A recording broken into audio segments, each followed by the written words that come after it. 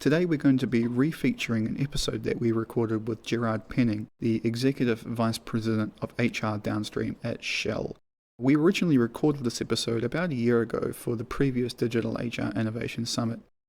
The topic of the podcast is HR leading in the era of digital transformations, and it's a very important and engaging listen for anyone who's involved in leadership within large organizations, HR, and especially when focused on digital transformation. We'll be releasing a lot more content over the coming weeks, so make sure you subscribe and keep updated on the latest information.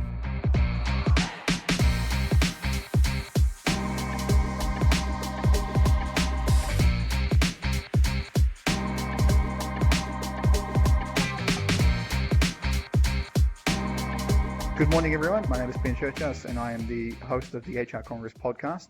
And I'm joined today by a very special guest, Mr. Gerard Penning, who's the Executive Vice President of HR Downstream at Shell. He's a senior executive based in London, and his passion lies with working within global, highly complex businesses to navigate the full range of external trends and disruptors and transform them into business opportunities. So first of all, before we get started, thank you, Gerard, for joining me today. I appreciate you taking the time. My pleasure. Really good to be here, and I look forward to the event. So I wanted to start with a very broad question just to get us into things, and that is, why should HR lead a digital business transformation? Why not IT or another sector of the business?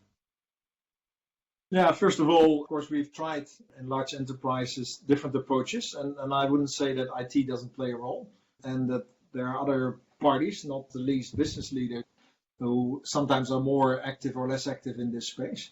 But when it comes to differentiation that you create in an enterprise through knowledge, expertise, ways of working, HR is a very logic partner, at least in Shell, and that's why it's logic that within HR we think about how we can compete most through the capabilities and skills that we have and the tools that we have. And that's not a new thing. I mean, Shell as a company has over the years competed with the deployment of technology. We found out very rapidly that having great technology doesn't mean that you can compete effectively with it. I think that's sometimes the mistake people make with digital as well. You can buy fantastic tools off the shelf, or you can start partnerships, but it's only when you start to apply the technology to either build better products for your customer, build better services, that technology starts to work for you.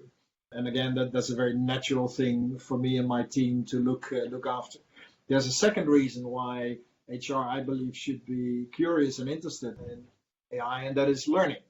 Learning, at least again in Shell, has been for many decades an important part of human resources. And with the capabilities of machine learning, but also the capabilities to apply digital learning in a way that we couldn't do in the past, as in helping large groups of people to learn how to do things in a different way or learn new skills, is something that artificial intelligence allows us to do.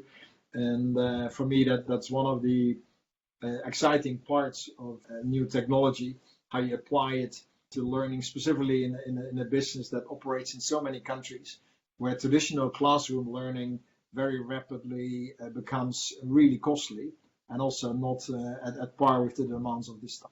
So I think many reasons why HR should be all over this theme. And perhaps later on we can talk about how, of course, artificial intelligence is changing HR itself. I want to go back just to learning for a moment, because one of the things that we're told as employees, as workers in the current market, is that learning needs to be constant. Partly because of the existential threat or the real threat of technology to impact the constitution of the workforce, but also because there's just a need for constant development and constant learning within a digital organization or with technologies that are rapidly being rolled out into the workforce. So how can organizations go about ensuring that they establish not only the framework for constant learning in the digital context, but also a culture that supports that as well? Yeah, first of all, you can indeed provide people with the tools. We've done that for many years, and it always has become something that people smile at when you say it. So you can find it on the web. And we've heard it so many times that we get a bit tired of it. And indeed, there's a huge amount of training available and other materials. But that's a bit like bringing the horse to the water. Of course, the thing is to make it drink. And that's, as you rightly say, about the culture, the behaviors. And that's where realization is coming through in the organization at different speeds in different parts of the organization. In the context of resilience, this is a word that we use quite a lot, which has a physical component, your health, what you eat and how you sleep. There's also resilience of the skills and the capabilities that you bring to the table. And what we try to do from a leadership perspective and through HR in the way we provide learning solutions is to help people to keep their skill set up to date. And you can look at the negative side of that, which you quite often hear, that skills very rapidly get outdated, etc. I'm a more optimistic person by nature. I do believe that working in the 21st century has become a lot more interesting because you have this opportunity provided also by a lot of new tools to keep your skill set up to date, to learn things and stay relevant in your area of discipline. It depends a bit in what area that you work, whether this is a reality today or it is just starting. I have absolutely no doubt that over the coming years we will see a more rapid necessity of skill set to be refreshed, but also a re-establishment of what human beings are very good at and what machines, computers are very good at. So it's very nice that we used to play chess, and now we lose most of all of those games. I think the reality will be that from a competitive point of view, the interplay between human skills and capabilities, the emotional intelligence, with the amazing computing capacity to deal with huge quantities of raw data is a huge opportunity for people. So I'm optimistic, but it will mean that whether you work in HR, in legal, in finance, in technical disciplines, in marketing, in sales, you have to indeed constantly refresh your skills. And I would say that we are at the good side of the equation. Most people have parked the fear and are now more curious and interested, and in many cases also excited about the opportunity that technology provides. And that's perhaps also to do with the fact that Shell, in its heart, is a technology company that over the years has always embraced new technologies, new ways to approach sometimes very old issues. It's an intriguing part of where not just for Shell, but for many organizations are at the moment. And in this sense, it comes to a very interesting question that I wanted to talk to you about. And we've spoken about this before, which is authenticity. Because authenticity is very important for leaders, but it's going to become even more important as digital technologies begin to really place a number of pressures on the workforce. So what does it mean to be an authentic leader when we're looking specifically at the transformation with these technologies that are coming into view at the moment? No, I think it's a good point, and we talked indeed about it before. I mean, the best way for me to describe how the planet of authenticity means the planet of the rapid change caused by artificial intelligence, generally technical change. That is where the two circles overlap for me is around trust. What people need or are looking for, and I find it expressed in many different ways at a time of very rapid change, at times where people don't always believe the news anymore. There's the whole fake news component. There's a very human tendency to go back to sources of coaching, of teaching, of reading that you trust. And for me, not a surprise that the uptake of what I would call spiritual experiences, the desire of human beings to go back to the source of what am I about, how do I relate to my environment, what is my purpose in life, what am I after? These questions actually, and parties who provide services around it, is growing exponentially alongside the exponential growth of technology. And for me, authenticity is about leaders who can provide deeper meaning, who can give people a sense of why are we doing this, what is the purpose of this activity, so that suddenly you build a foundation for people, and on that foundation they can build their skills, do their work also with all the uncertainties that come with it, including the very rapid change of technology. I think authentic leaders who have a very deeply rooted set of beliefs and respect for people, as we talked before, they will create relative calm in this chaotic environment and give people that sense of purpose. And I do see more and more in those parts of the business where technology is rapidly changing, leaders who have that capability deliver better results, not only in the short, but also in the longer. I think that's for me where authenticity comes in. The other thing, of course, around trust is the honesty about the effect of technology. So where technology, for example, is going to either change work or take over work, authenticity for me and respect for people is also being transparent about these effects, engage with the people around you about these effects, help people to learn, develop new skills. So in that deployment of the new technology, they can stay relevant. Non-authentic leaders will probably try to push that away or be genuine about it. And I do believe in today's world that very rapidly is a very bad strategy because you will lose people around you. So authenticity is also the honesty about the effect of technology. We love to talk about disruption. It's quite a common word in the context of the deployment of new technology. And then the common belief is that you have to organize disruption inside your own enterprise, and the world outside you will disrupt you. There are many examples of companies who, over time, have missed the boat when it comes to changes or deployment of technology. Where authenticity helps there, for me, is around the fact that you're creating an environment where people are prepared to take risk. When something goes wrong, honestly talk about it, share the learnings out of that and move on. But create through your authentic leadership also a space where people feel that you have their back, feel that there is respect for the fact that you're trying. So we've set out an objective, set out broad rules of the game, like respect for people. And within that context, towards that aim, it's okay to make mistakes.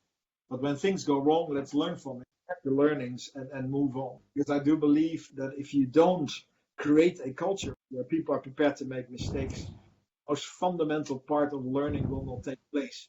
And whether we like it or not, as human beings, we learn best by the things we try and then fail at. That's painful, and then hopefully for the experience of that, you will do better time. I think you have a very optimistic outlook for the changes that are going to be coming on the horizon. And I wanted to bring up a statistic from McKinsey recently. I don't know how recent it was published, but not very long ago, that estimated that up to 30% of jobs will be automated or displaced by 2030, which is only 11 years from now, and it seems quite scary in some respects. Automation is a larger trend than just impacting Shell or any particular industry or any particular company.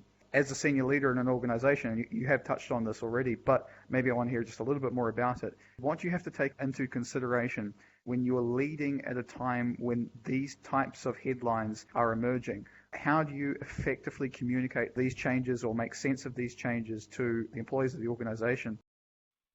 First of all, let's recognize that Shell, when it comes to looking ahead and trying to make sense of trends that might or might not occur in the future, which we call scenario planning, has been one of the companies for many decades that basically established the discipline of scenario planning, not because you know exactly what's going to happen 20 years from now, but because of the fact when you think about different scenarios, you can start to apply different strategies depending on where you will ultimately be. So this whole notion of looking at the future and trying to make sense of it is something that comes very natural with the culture in Shell. I'm aware of this specific McKinsey study. There are different studies, and every time a study like this comes out, there's also counter forces that argue from experience from the past that in many cases, when technology kicked in, alternative jobs have occurred, jobs that didn't exist before.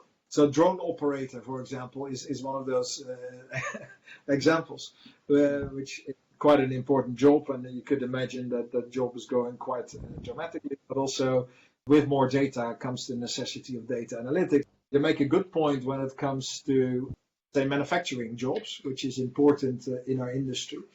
And amazingly, what I actually see happening right now, and I could foresee that trend continuing, is that those people who, for example, do the very important part of operations in our manufacturing site through enhanced technology, wearing goggles where they get data directly projected about certain pieces of instrumentation, they're jointly becoming more exciting and more interesting. And the IT tools and the artificial intelligence support that we're giving people in these sort of jobs also allows for operators to be competent to do the sort of work that 5 years ago would take years of training, because suddenly the direct support they are receiving on the job while they're trying to do things speeds up their learning cycle quite dramatically. So I want to say that technology also in the front line often provides opportunities that we didn't think about 10 years ago. If you then go back to the role of leadership in terms of managing the uncertainty, I'm absolutely with you on that. These messages of different natures. I could be driverless cars. I know many people who make a living out of driving. The city where I live, London, because of Amazon, now have, armies of people who deliver packages at work. The impact of these developments, of course, will be big. And where we see, or where I personally see a role for enterprises, is to look beyond work to giving people meaningful things to do.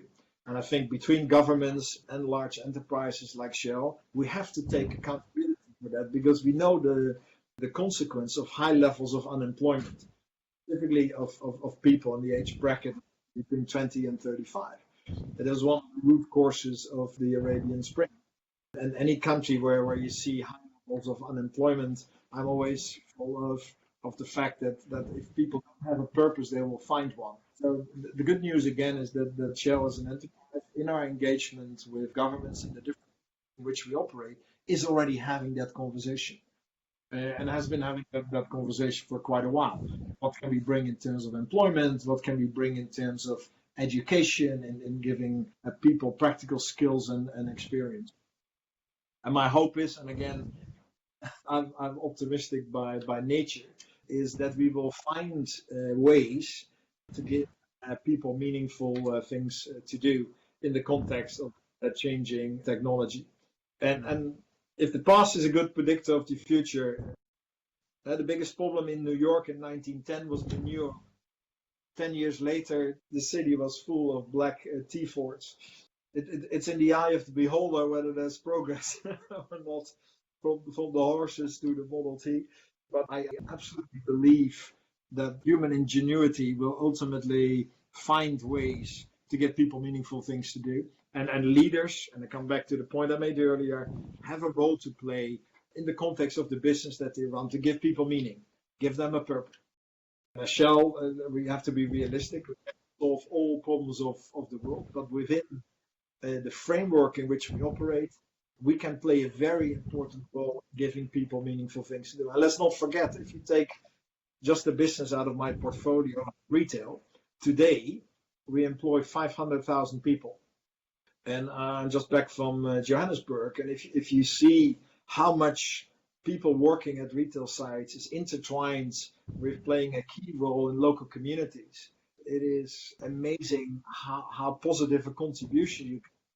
Even if it's a small percentage of the community, it gives the other people hope that they have a chance as well, etc., etc. So I think I'm optimistic that we will find a way out, but it will be difficult. And some countries will struggle more than others.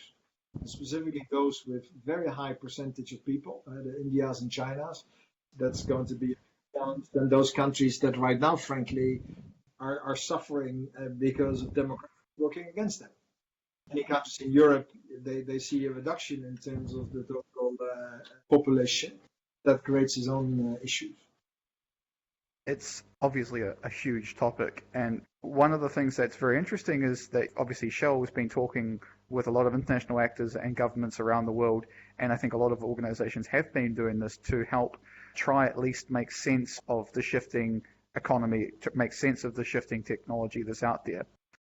But to sort of wind things back a little bit towards the topic of your presentation, perhaps you could explain just a little bit more about what people could expect from the session, a couple of talking points that you'll be focusing on, and then maybe some things that you would like attendees at the conference to think more about in the lead up to the event, some topics to consider, and maybe questions that they can come to you with when at the event.